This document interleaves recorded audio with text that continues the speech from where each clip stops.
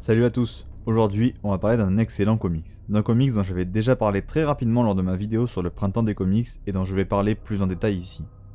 Le film Venom, Let There Be Carnage va sortir au cinéma le 20 octobre, et donc aujourd'hui on va parler de par où commencer les comics Venom. Aujourd'hui on parle de Venom tome 1, Rex par Donny Cates et Ryan Stegman. En premier lieu, je vais vous raconter le tout début de l'histoire.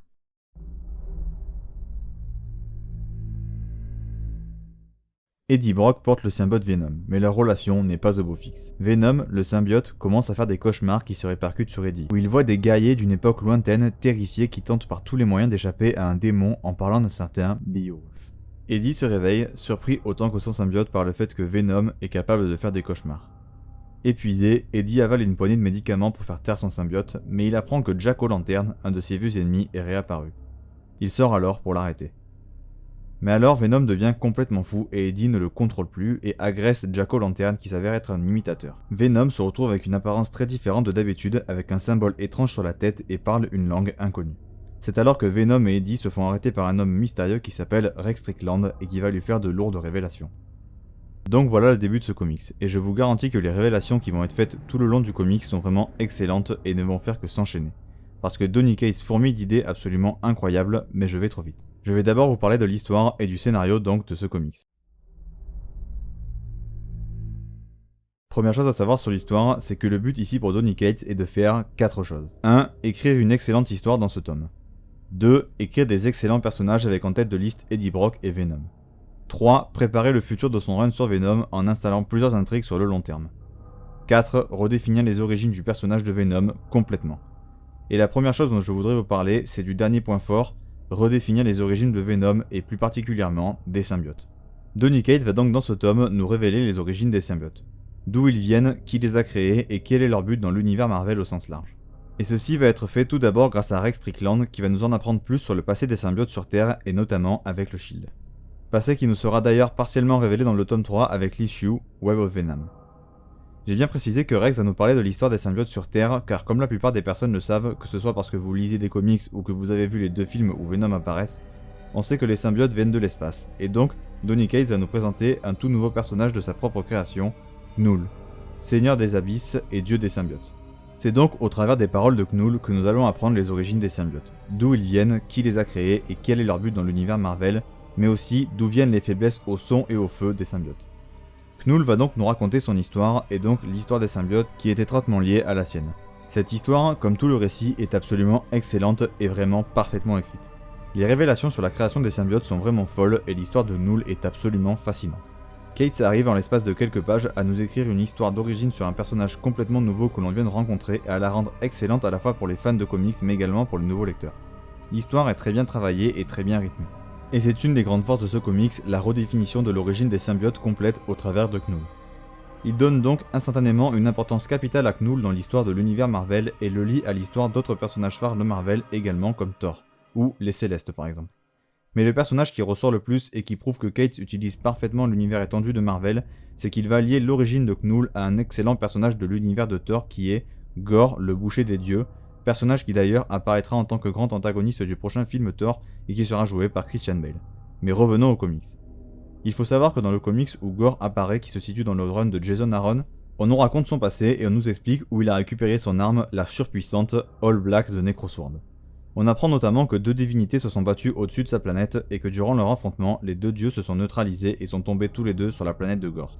Gorr récupérera alors l'épée d'un des dieux qui s'avérera plus tard être Knull. Cates utilise donc une sorte de blanc scénaristique laissé volontairement par Jason Aaron pour façonner l'origine de son personnage et c'est absolument génial.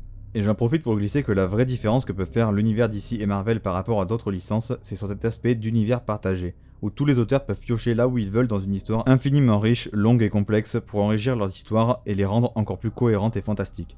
C'est donc un immense point positif de ce comics. C'est qu'il vous donnera envie de lire d'autres comics pour étendre vos connaissances de l'univers Marvel. Cates va également donner une importance et une raison d'être aux symbiotes et tout ça va rendre Venom qui de base est déjà un personnage avec une très longue et excellente histoire, encore mieux et plus intéressant donc c'est vraiment parfait. Dernière chose, Knull a un design absolument fantastique. Il est à la fois imposant mais aussi très fin et squelettique comme Venom et les symbiotes. La façon dont il parle, dont il se comporte et la facilité avec laquelle il maîtrise tout ce qui l'entoure est juste incroyable. Le personnage en impose vraiment et automatiquement, on comprend qu'on a affaire à un être supérieur et surpuissant. C'est donc une représentation parfaite de l'idée qu'on pouvait se faire d'un dieu des symbiotes. Donc sur ce point-là, c'est juste excellent. C'est donc évidemment l'ennemi le plus puissant que Venom ait jamais rencontré. Passons maintenant au reste de l'histoire qui est tout aussi excellent. C'est une des meilleures histoires jamais racontées sur Venom et personnellement, c'est ma préférée. Tout d'abord, Donny Cates fait de Venom un personnage à la fois cosmique et urbain et qui joue à fond sur ce côté-là. Avec une histoire qui mêle des divinités au pouvoir surpuissant, mais dans un cadre très urbain, avec des implications du Shield qui ajoutent un côté très terre à terre et c'est vraiment hyper intéressant. L'histoire est bourrée d'actions quasi omniprésentes, mais pas au détriment du développement de personnages, mais j'y reviens plus tard. L'action est violente et épique, ce qui correspond parfaitement au personnage de Venom.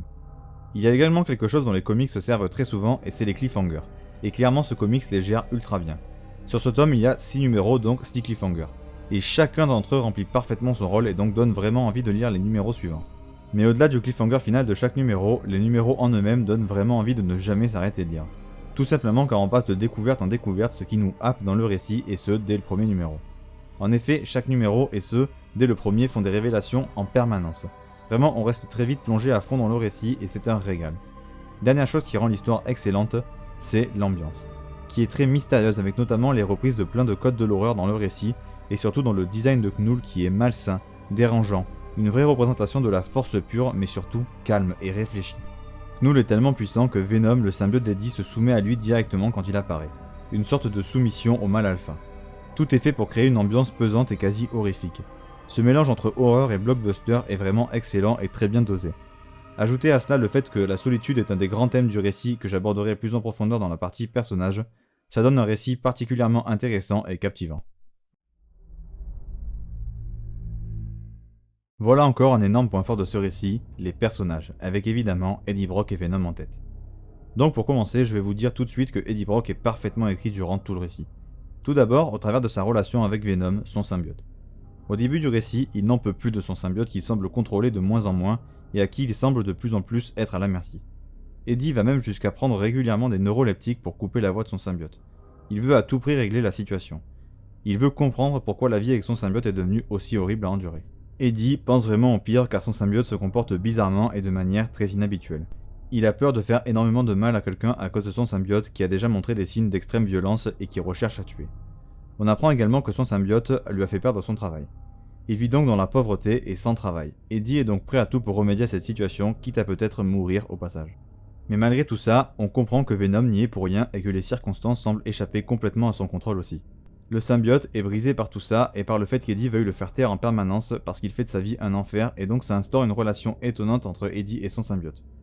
Où Eddie veut à tout prix régler la situation mais sans perdre son symbiote à qui il s'est énormément attaché durant leur vie commune et il a donc peur de le perdre et de se retrouver seul. Ce qui n'a pratiquement jamais été depuis très très longtemps. Venom et Eddie sont donc deux personnages distincts et très bien écrits, tous les deux individuellement et leur relation est très bien écrite notamment au travers de ce que je viens de dire précédemment. Et c'est là que Donny Cates est vraiment fort, car pour développer cette relation et enrichir ses personnages, il va utiliser le passé du personnage dans les comics, dans les années qui l'ont précédé à la perfection pour encore plus agrémenter son histoire et ses personnages, et ce notamment au travers du personnage de Rex Strickland, qui va lui révéler une grande partie de leur passé, mais là on rentre dans le domaine du spoil. Il va grâce à ça redéfinir complètement le personnage, tout en utilisant et en respectant son passé. Il va notamment faire de Venom ce que je considère comme un anti-héros quasiment parfait, cherchant à faire le bien à sa manière.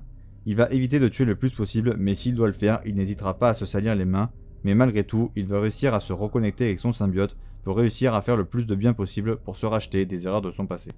Eddie a donc conscience de ses erreurs et cherche en quelque sorte la rédemption au travers de ses actes, ce qui va le faire basculer petit à petit vers le héros qu'il aspire à devenir.